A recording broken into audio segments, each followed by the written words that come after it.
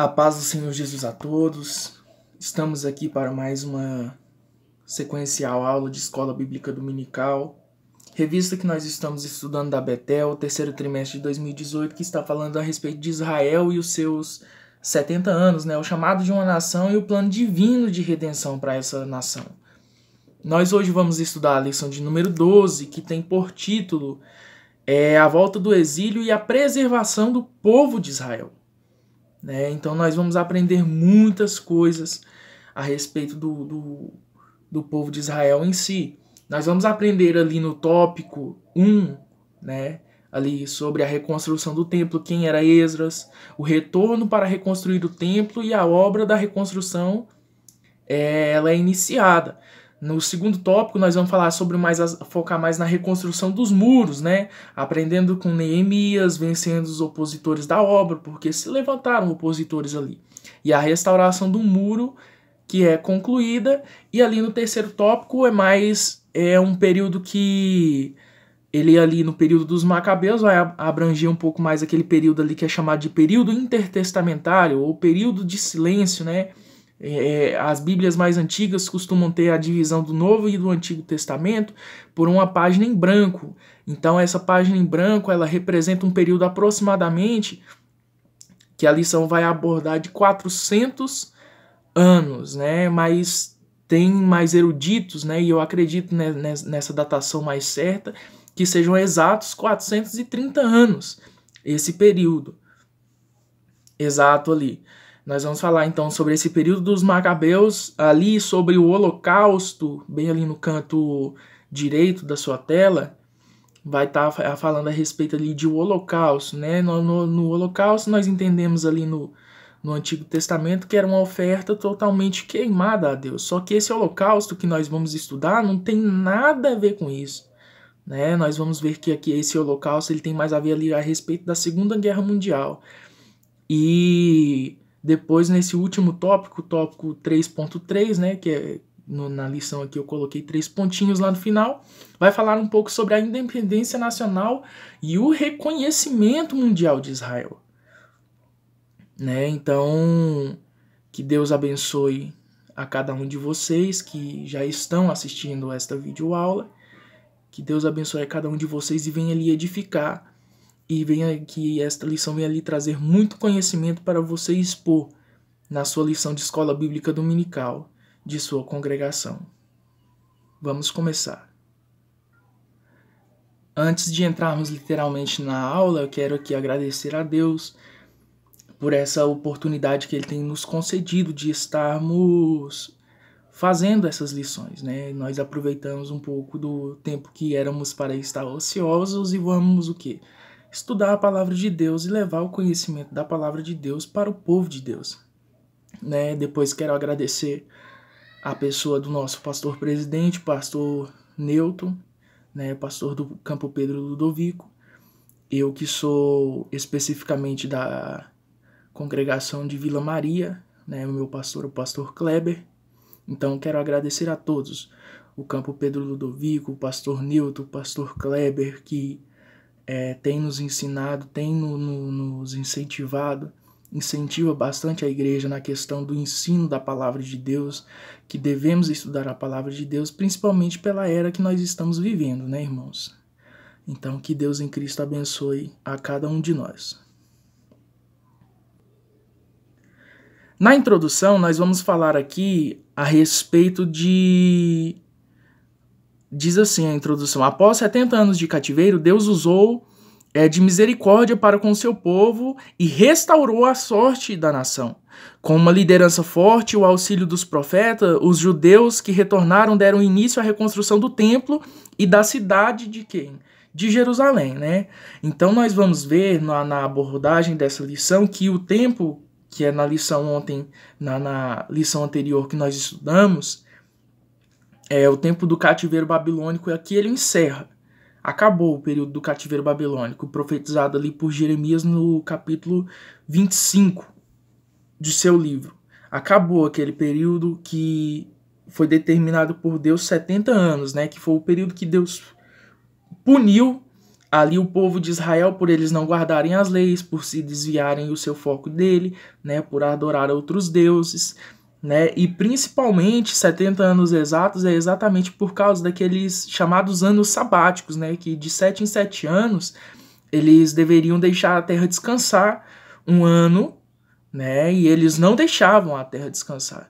Então a terra precisava de um descanso e o julgamento de Deus veio exatamente por isso, porque foram 490 anos que eles viveram sem deixar a terra descansar, né? E Deus sempre falando para ele que eles tinham que observar as leis, eles tinham que observar os estatutos, eles tinham que se voltar para a lei do Senhor. Então, nesse período aqui, acabou-se o cativeiro babilônico, né? A Babilônia, ela foi conquistada pelos persas, né? Persas sendo ali como fundador do império chamado Império Persa por Ciro, né? Ciro. Então, 50 anos antes da restauração, Isaías ele tinha profetizado e que o Senhor faria que Ciro castigasse as nações e libertasse o seu povo. O fundador do Império Persa é chamado por Deus de pastor e ungido de Jeová. Ciro ele emite um decreto, ele permite que o povo de judeu ele volte o quê? À sua pátria. O império, irmãos, persas, pelo que eu estive estudando, ele era um império, ele chegou a ser um império muito grande, gigantesco.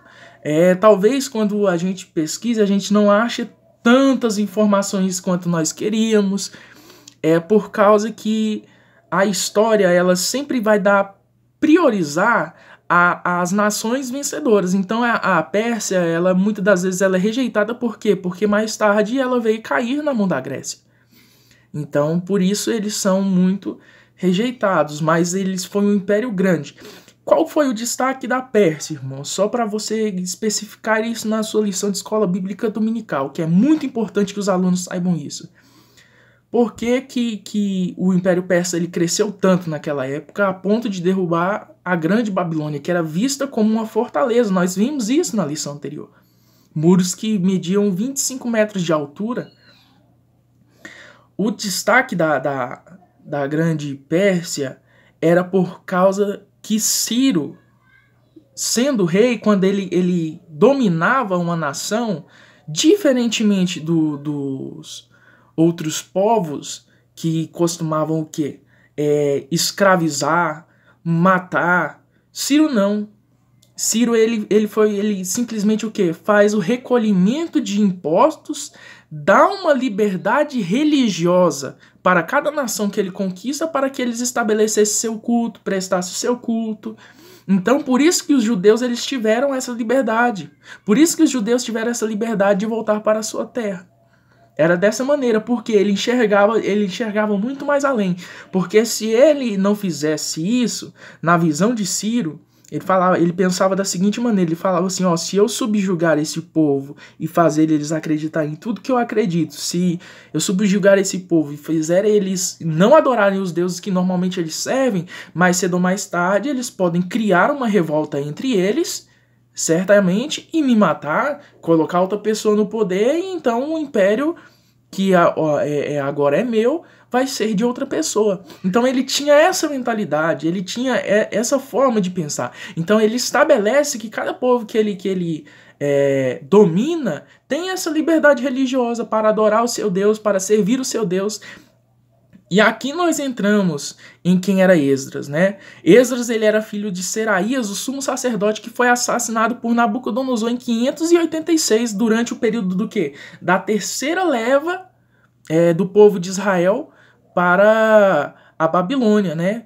Então nós vemos que, portanto, ele era um descendente nobre, né? Ele era um descendente nobre da família de Arão, que foi o primeiro sumo sacerdote de Israel. Ele era encarregado, foi encarregado por Artaxerxes de ensinar os estatutos, né? O Esdras foi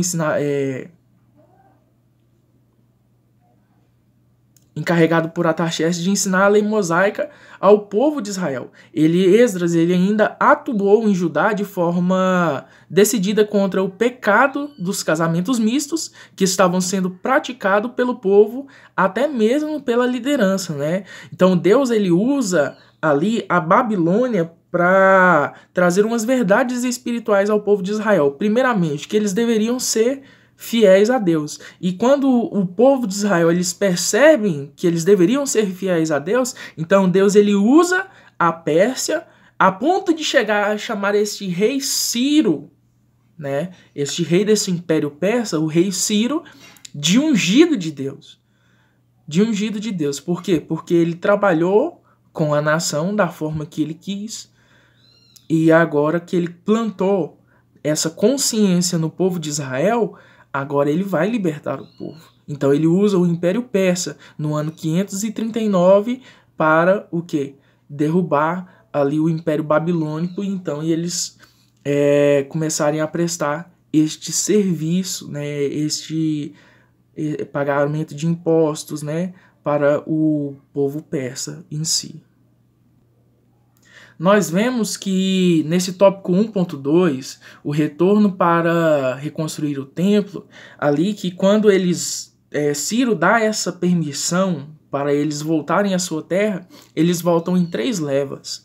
Né? A primeira leva foi com 50 mil pessoas que eles retornaram para Judá no ano de 536, sob a liderança de Zorobabel. Né? Zorobabel, né, que era um descendente direto da linhagem sanguínea de Davi, né? Na segunda leva foi no ano de 457 a.C., liderado por Esdras, e nessa segunda leva foi levado 1.800 pessoas, incluindo mulheres, crianças, servos. Já a terceira leva foi liderado por Neemias, né, no ano 444 a.C., para a reconstrução dos muros. Teve uma parte do povo que eles não quiseram voltar para a terra de Israel. Por quê? Porque eles já tinham formado comércio na Babilônia, eles já tinham sua vida estabelecida ali. Eles já tinham formulado, planejado ali de certa forma a sua vida. Então, como eles já tinham tudo estruturadinho ali, então eles preferiram não voltar para a terra de Israel. Então eles preferiram ficar ali. Já no tópico 1.3, entrando aqui sobre a obra da reconstrução iniciada, nós vamos ver que o povo ele começa a reconstruir ali, irmãos, de uma forma tão grandiosa, tão alegre, que gastaram pouco tempo para construir aquilo ali, e eles foram fazendo tudo aquilo ali ao som de trombetas, louvando a Deus, adorando e rendendo graças, né? E aí começou a aparecer ali, o povo começou a ver que o povo de Israel estava muito alegre, estava muito feliz, né? Estava adorando a Deus ali, e começou o quê? Implicar com eles, né? Começou a implicar com eles e começou o quê? Perseguir eles. Começou a tentar desanimar, começou a tentar intimidar, começou a tentar oprimir eles, só que não tinha nada, irmãos, nada que fizesse o povo de Israel desanimar, porque eles estavam tão felizes pela libertação deles ali que Ciro tinha dado a eles, deles voltar para a sua terra, reconstruir o templo, reconstruir o muro ali, que ninguém poderia parar eles. Então o que o povo decidiu fazer? Já que a gente não está conseguindo parar ele, oprimindo eles, vamos falar para o governo. Aí eles chegam diante do governo daquela época, né, do governo pérsio, e começa a falar, inventar um bocado de histórias ali, e o governo vai e impede aquela obra, e aquela obra fica paralisada, fica parada por 9 anos. Né? Então essa reconstrução ela não volta até o reinado de Dário. É tão interessante, irmãos, quando nós paramos para observar todo esse tópico 1, que mesmo o governante daquela época, o rei daquela época, o imperador daquela época, tendo cedido para eles essa tal liberdade, essa liberdade, vamos dizer assim, condicional, que eles pudessem voltar para a sua terra, voltar para reconstruir o seu templo ali, recomeçar as suas vidas, é interessante que tem pessoas que ela não se contenta em ver você feliz, não se contenta em ver você crescer, não se contenta em ver você se levantar. Então essas pessoas, irmãos, elas vão estar sempre, constantemente, no seu pé, ao seu redor, tentando te derrubar, tentando te desanimar, tentando fazer todo quanto é tipo de atrocidade para que você nunca cresça na sua vida. Nunca cresça na sua vida. E essa não é a vontade de Deus para mim e para você. Nós temos que ser como esse povo aqui, irmãos, que mesmo diante das adversidades, das lutas, das perseguições aqui, nessa situação eles não desanimaram. Ao contrário, eles continuaram trabalhando da mesma maneira ali, rendendo graças a Deus, louvando a Deus. Então, é muito importante que enquanto nós estamos na adversidade, nós não deixemos de adorar a Deus. Nós não deixemos de render graças a Deus. Levante do inferno vai vir, seta do inferno vai vir, mas pode cair o mundo ao nosso redor, mas o quê? A paz de Deus, ela tem que estar sobre a nossa vida. Nós temos que saber lidar com essas circunstâncias, tem que saber lidar com essas situações. São situações e circunstâncias que nós vamos passar na nossa vida, mas que nós temos que vencê-las. Amém? Então, esse tópico 1 vamos encerrar dessa maneira. Entrando aqui no tópico 2, sobre a reconstrução do muro, a reconstrução dos muros começou com a chegada de Neemias, né, como nós falamos no final do tópico passado, em Jerusalém por volta do ano de 444 a.C. Durou apenas 52 dias a reconstrução desses muros, e depois deles estarem em ruínas, né, desde a destruição da cidade, que foi no ano de 587 a.C. No tópico 2.1, nós vamos falar a respeito de aprendendo com Neemias. Neemias, irmãos, ele é um líder tão exemplo, que fazer a reconstrução de um muro em tão pouco tempo, ele exigia muita coragem e determinação. Quando Neemias ele ficou sabendo do estado que estavam os seus irmãos, né, seus irmãos na fé, do estado do seu povo, ele começou a chorar, jejuar e orar. Ele foi um líder tão extraordinário que ele trabalhou ali naquela liderança, ali de uma certa forma, delegando funções, tudinho, né? Ele se destacou ainda pela vida de perseverança, pois diante de uma perseguição, de calúnia, ele não desanimou, né? Mas ele continuou firme na sua missão. Ele soube vencer tudo, irmãos, tudo que aparecia diante dele. Ele soube vencer com firmeza, sabedoria e não se desviando do caminho que ele deveria seguir. Então, Neemias, ele teve o quê, irmãos? Teve foco. É tão interessante isso, irmãos, que às vezes nós pegamos trabalhos na obra de Deus, seja no nosso serviço, seja em nossa casa para fazer, e acabamos que o quê? Nós paramos no meio do caminho. Por quê? Porque muitas das vezes no meio do caminho, no meio da jornada, nós perdemos o foco. Então, se nós perdermos o foco, se nós desanimarmos, se nós não acreditarmos que nós podemos vencer certas coisas, as coisas da vida, certamente que nós vamos desistir no meio delas. Muitas das vezes nós estamos a ponto, irmãos, de cruzar a linha de chegada para receber a bênção de Deus, mas nós paramos antes da linha. Por quê? Porque nós desistimos no meio do caminho. Nós desistimos no meio do trajeto. Nós desistimos no meio da jornada. E assim nós podemos também comparar a salvação de Deus.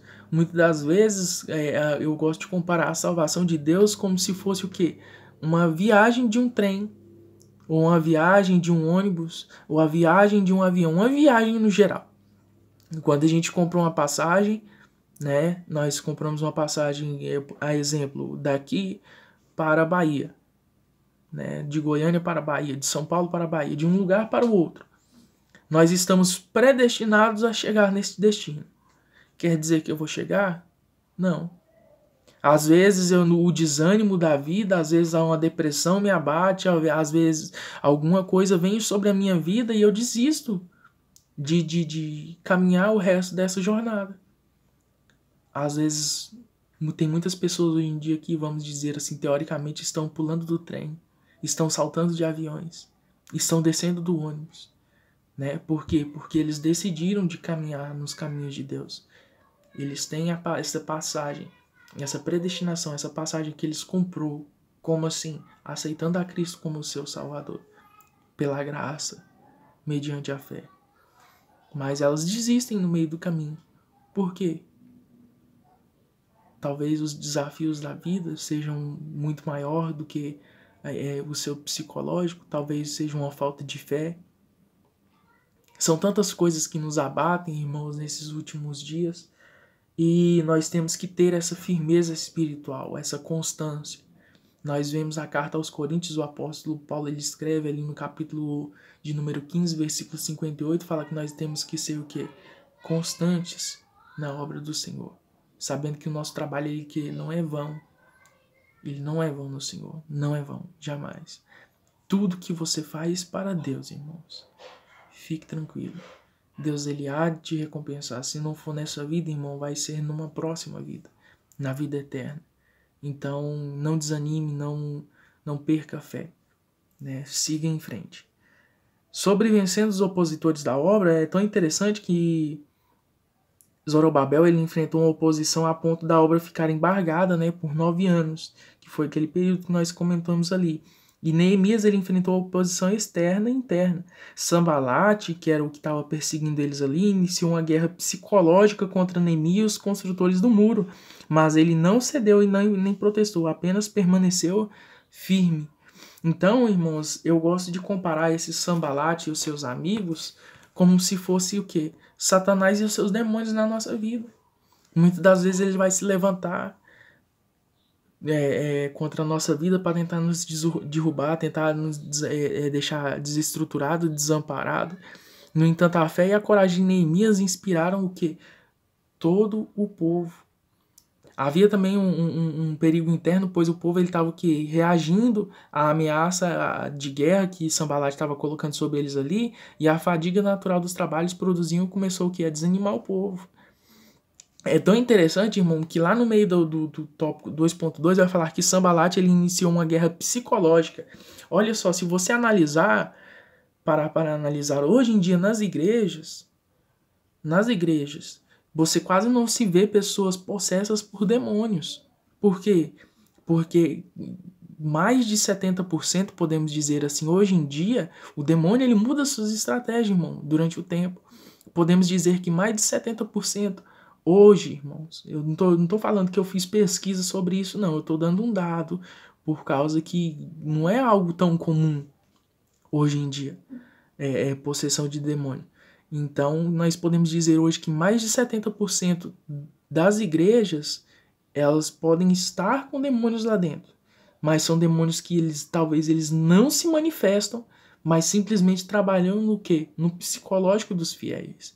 Gerando discussões, gerando divisões, gerando desânimo, né? Vontade de não ir à congregação, de não congregar. Então ele trabalha muito nessa questão do psicológico do ser humano. Na obra de Deus não é diferente. Diante das oposições que querem travar para parar o avanço da obra, precisamos ter o discernimento e tomar a atitude certa para que venhamos permanecer coesos juntos, somos mais fortes. Então, irmãos, nós temos que tomar muito cuidado nesses últimos dias, principalmente nesses últimos dias, né? No tópico 2.3 vai falar a respeito da restauração do muro concluída, né? Diante de tantos intempéries, o muro foi concluído em 52 dias. E os adversários, eles ficaram tão envergonhados que eles tiveram que reconhecer que era Deus que tinha operado aquele milagre. Depois de muitos anos mergulhados em opressão, Israel estava o quê? Renascendo e jubilando na alegria e na presença do quê? De Deus, na presença do Eterno. Então, irmãos, Israel, eles passaram por grandes lutas, irmãos. Nós vamos ver ainda nesse tópico 3 aqui que essas lutas, elas não acabaram. Então, o povo, irmão, o povo de Deus, o povo que serve a Deus, eu falei isso na lição passada. Muitas das vezes ele sofre por causa dos seus erros, por causa das suas falhas, por causa do seu desvio da fé original, da sua apostasia, dos seus pecados, das suas cobiças. Mas muitas das vezes o povo que serve a Deus fiel sofre exatamente por ser fiel a Deus, irmãos. Sofre exatamente por isso. O quanto que as congregações, a fé chamada evangélica, né, as igrejas evangélicas estão sendo atacadas diante da mídia. Pastores se levantando em escândalos. A igreja está sendo muito prejudicada nesses últimos dias, irmãos. E nós temos que permanecer fiéis. nós temos que permanecer fiéis. Por isso que é tão importante a fidelidade, porque senão o inimigo ele vai aproveitar dessas situações nossas de falhas para começar a zombar da igreja de Deus em redes nacionais. Em redes nacionais. E a igreja ela já tem sofrido muito. Muito. E o Satanás ele não é bobo, ele está usando dos meios de tecnologia, dos meios de comunicação para o quê? Para derrubar a igreja. Nós estamos vivenciando os últimos dias e não estamos enxergando. Nós temos que voltar a ser fiéis a Deus. Amém? Então vamos entrar agora aqui no tópico 3. Irmãos, esse tópico 3 aqui, quando eu estudei ele, me deixou alegre e triste por coisas que a gente enxerga aqui. Eu não fiquei fixado somente na revista em si, porque ou na palavra de Deus na Bíblia, porque esse período de Macabeus é como ele está incluso ali no período intertestamentário, né? O período entre testamentos, ele não tem nada escrito dele no nosso canon bíblico, né? Embora ele esteja inserido no canon católico. No canon católico tem o primeiro e segunda Macabeus. Irmão Cristian, se nós estamos comentando sobre esse período dos Macabeus, por que esse período deveria estar incluso na nossa Bíblia Sagrada? É tão interessante, irmãos, quando nós levantamos esses tipos de questionamentos sobre essas coisas, porque tira dúvidas. Tira dúvidas. Por que tem esse livro na Bíblia Católica e não tem na Evangélica? Porque por mais que esse livro dos Macabeus ele seja reconhecido por nós como algo importante na história, nós temos que levar em debate, em questionamento, alguns requisitos que tinham naquela época para que um livro fosse ou não inserido no canon bíblico. Primeiro, eles tinham que estar totalmente de acordo com o Pentateuco. Totalmente de acordo com o Pentateuco. Ele não poderia diferir de nada, irmãos, da lei. Se ferir um dos mandamentos da lei do Senhor, esse livro ele não pode ser considerado. Há outros requisitos ainda, como o quê? Se esse livro ele não tiver como um tema central algo diferente dos outros livros, esse livro não é necessário. Por quê? Porque se o foco central do livro for o mesmo foco que outro livro, não tem necessidade de colocar ele. Por quê? Porque cada livro da Bíblia, irmão, eles quer representar alguma coisa ou uma mensagem diferente, de uma forma diferente, Deus falando de uma forma para o seu povo. Então, cada livro ele tem a sua mensagem de uma forma mais particular. Assim como o livro de Jó vai falar a respeito ali do sofrimento do crente, o sofrimento do cristão, mas que nós temos que permanecer fiéis, que nós temos a certeza que Deus ele vai nos recompensar. Assim como o livro de Gênesis vai falar sobre o quê? A origem ali do universo, a origem do mundo e o quê? Os patriarcas. Então, cada um tinha a sua determinada função.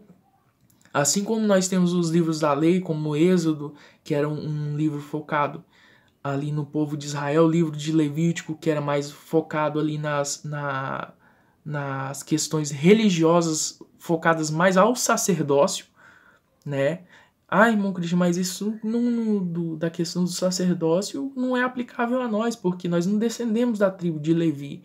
Mas tem muitas coisas ali, irmãos, que já estão prefigurando sobre a vinda de Jesus no Novo Testamento. Então nós temos que entender a particularidade de cada livro, porque senão nós vamos o quê? Ficar martelando na nossa cabeça se isso pertence ou não ao canon sagrado. Então esse período dos Macabeus, ele aconteceu no período interbíblico, né, que foi esse período de 400 anos. A revolta macabeia ela foi declarada em 167 a.C., resultado de um período de independência que pendurou até o ano 63 a.C., quando os romanos começaram a assumir ali aquela região. Por que aconteceu essa revolta, irmãos? Irmãos, quando a Grécia ela assume o poder ali e eles começam a dominar o povo de Israel, o povo daquela época, eles subjugam o povo de Israel a tal ponto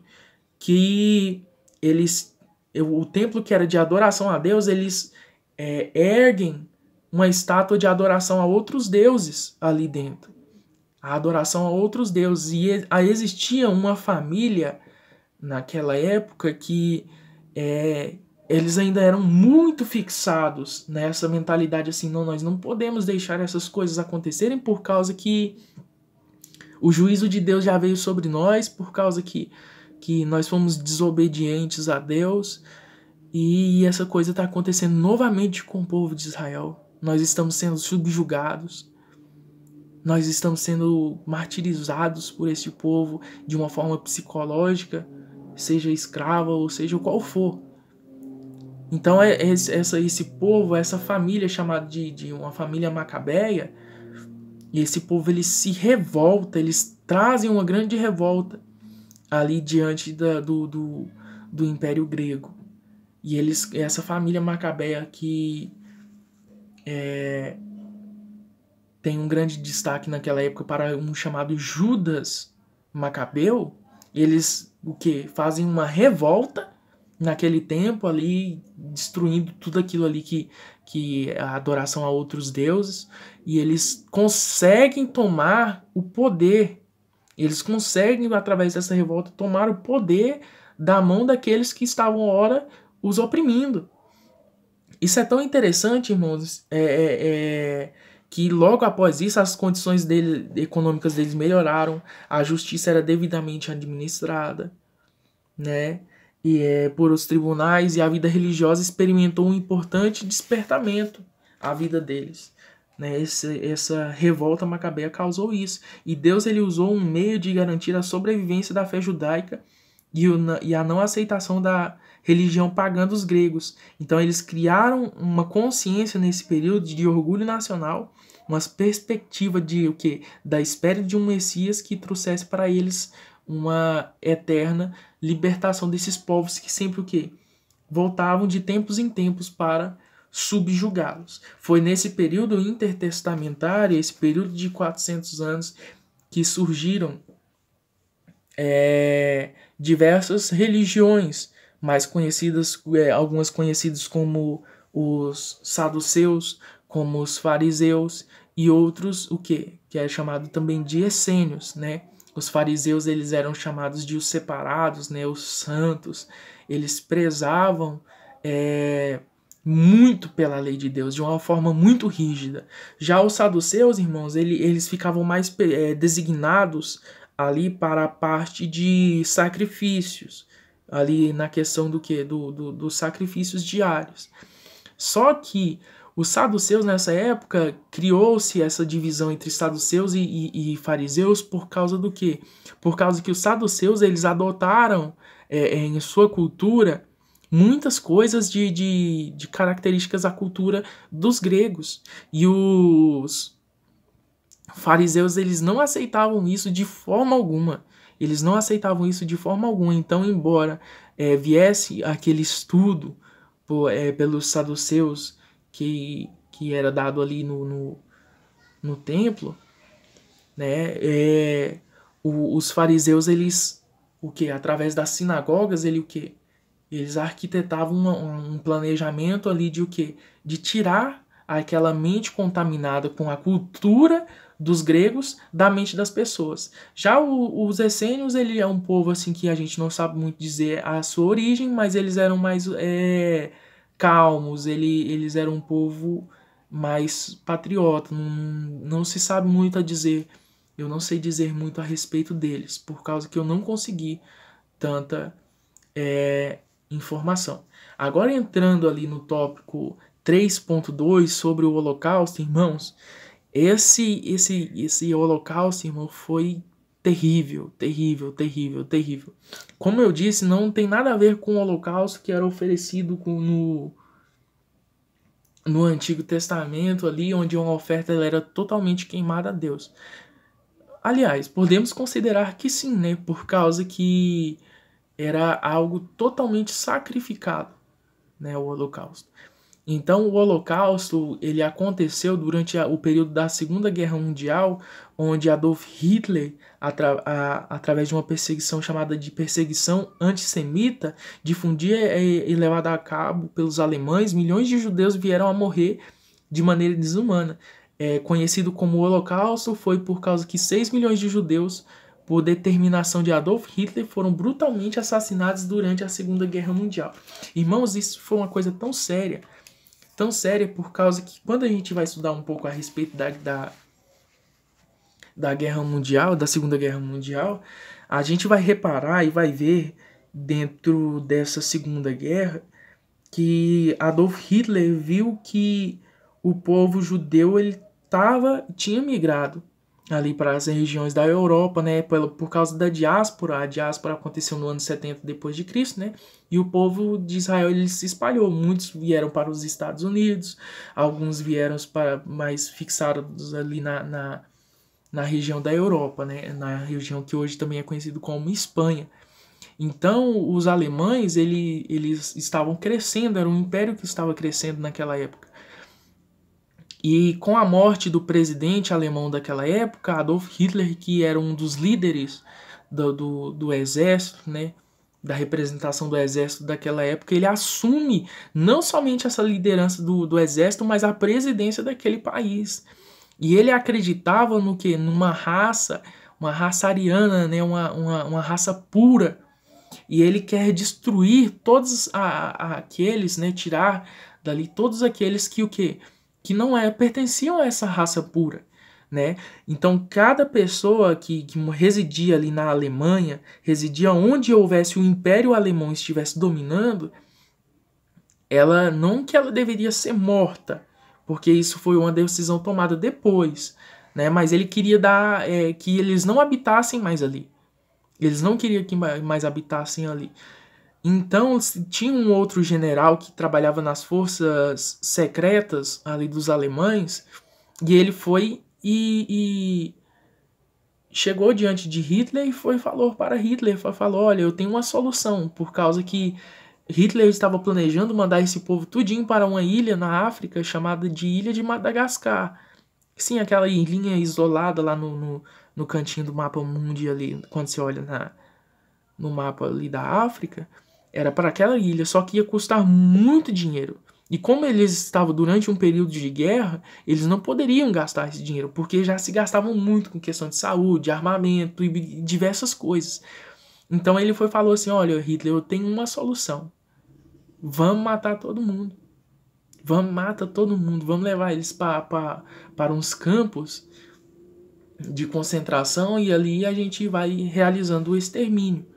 Então Hitler ele não chegou a assinar nenhum papel autorizando isso, mas ele deu essa liberdade, né, como um líder tanto do militar quanto um líder presidencial, vamos dizer assim, daquela nação.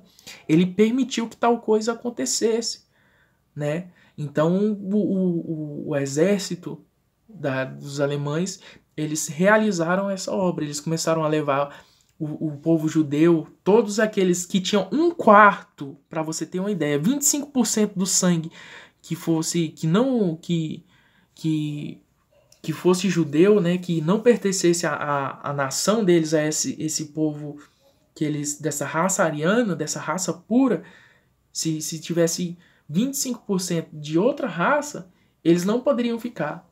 Então, tipo assim, eu como uma pessoa, o meu avô, se os meus avós, um fosse alemão e o outro fosse, vamos dizer assim, um judeu ou um cigano, vamos dar exemplo assim, por causa que eu tenho um avô cigano, eu não poderia ficar naquele país. Por quê? Porque eu descendia daquela linhagem sanguínea. Eu não poderia ficar ali. Então eles começaram a levar para campos de concentração ali, irmãos, e começaram a exterminar todo mundo ali. Começaram a ser exterminados. E calcula-se historicamente que foram cerca de 4,5 milhões até 6 milhões de judeus e ciganos mortos ali naquela situação, naquele chamado o Holocausto. Eu comentei em uma aula anterior que se perguntassem para um judeu qual foi o período mais sofrido da sua história antes de 1900, o judeu ele respondia com toda certeza, irmão. Com toda certeza, foi o cativeiro babilônico, que eles sofreram muito. Mas se você perguntar para um judeu na atualidade, depois da Segunda Guerra Mundial, qual foi o período que eles mais sofreram, foi esses períodos. Porque eles eram levados para campos de concentração, irmãos, e eles eram levados a estado de miséria. Eles não tinham direito à escola, eles não tinham direito à moradia, eles não tinham direito a banheiros. Então o povo começou a ficar doente. Eram doenças, irmãos, que eles começaram a feder, eles não tinham direito de tomar banho. Eles não tinham direito, irmãos, então eles começaram a sofrer muito. Nuremberg, para excluir os judeus da sociedade civil, depois separavam os judeus de suas famílias e os enviavam aos centros de concentração, onde eram explorados e morriam de exaustão ou de alguma doença. Isso é o comentário do professor que está dizendo. Então, irmãos, foi muito sofrimento para eles ali. Foi muito sofrimento. Houve na história de Israel 3 personagens que eles tentaram exterminar, literalmente, o povo de Israel. Eles tentaram literalmente exterminar o povo de Israel. Entre eles estava Adolf Hitler, o imperador Nero, que foi ali por volta do ano 70 depois de Cristo que ele começou a destruir o povo de Israel. Por isso que houve essa diáspora, que foi o quê? O povo de Israel se espalhando para tudo quanto é tipo de nação, para não ficar ali e morrer. E os que ficaram ali e não morreram, eles foram o quê? Foram escravizados. Só que terminando esse período de chamado Holocausto, irmãos, terminado esse período de chamado Holocausto, nós temos um período ali que é chamado de a independência nacional e o reconhecimento mundial. Que período foi esse, irmãos? Foi exatamente no dia 14 de maio de 1948, irmãos. 1948. Podemos perceber na história da nação de Israel que em diversas ocasiões o cuidado e os propósitos de Deus para com o seu povo teve ali através do quê? Da proteção. Em vários momentos cruéis, a nação quase foi exterminada, mas a mão do Eterno ele sempre teve ali com o povo de Israel, amparando o seu povo. Israel agora ele está vivendo, irmãos, um dos maiores momentos de glória, que a sua independência é reconhecida pela ONU, a Organização das Nações Unidas, em 14 de maio de 1948. Pelo contexto que aponta para a restauração, podemos ser aplicado a nós que momentos pós-exílio e também uma questão escatológica. Contextualmente, era uma mensagem de esperança para o povo abatido, cuja a capital Jerusalém tinha sido completamente destruída, ficando em cinzas. Então, essas coisas, essa restauração de Israel, ali então é um momento de glória. Nós podemos tanto trazer isso como se formos fiéis a Deus, Deus certamente ele vai se voltar em algum momento. Então, todo sofrimento na nossa vida ele terá um fim. Ele terá um fim. E também esse ponto aqui, que essa restauração de Israel como uma nação, ela é vista por uma questão escatológica que nós vamos estudar em outras lições aí mais para frente. Então, que Deus em Cristo abençoe a cada um de vocês. Abençoe a cada um de vocês e que este vídeo, esta lição tenha servido de muito para os irmãos. Que Deus em Cristo abençoe a cada um de vocês e fique na paz do Senhor. Vamos fazer aqui a conclusão. Deus sempre tratou com o zelo de seu povo. Apesar de quase ter sido exterminado da face da terra, o que vemos é um povo forte, se consolidando cada vez mais como nação. A história dos judeus mostra um Deus soberano que cuidou de cada detalhe na preservação do seu povo. Então Deus, ele literalmente, irmãos, cuida de nós. Ele cuida de nós. Às vezes ele permite a adversidade vir. Pode ser para trabalhar em mim e em você. às vezes por causa de uma dificuldade mesmo, por causa de algum pecado nosso, mas às vezes é simplesmente porque nós somos mesmo fiéis a Deus. Então, a ideia que eu quero deixar para vocês é isso: permaneça fiel. Mesmo diante das adversidades, vamos permanecer fiéis a Deus.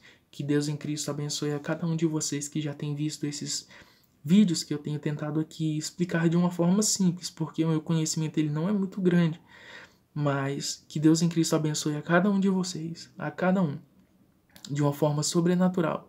Que Deus em Cristo abençoe a todos. A paz do Senhor Jesus. Até a próxima lição.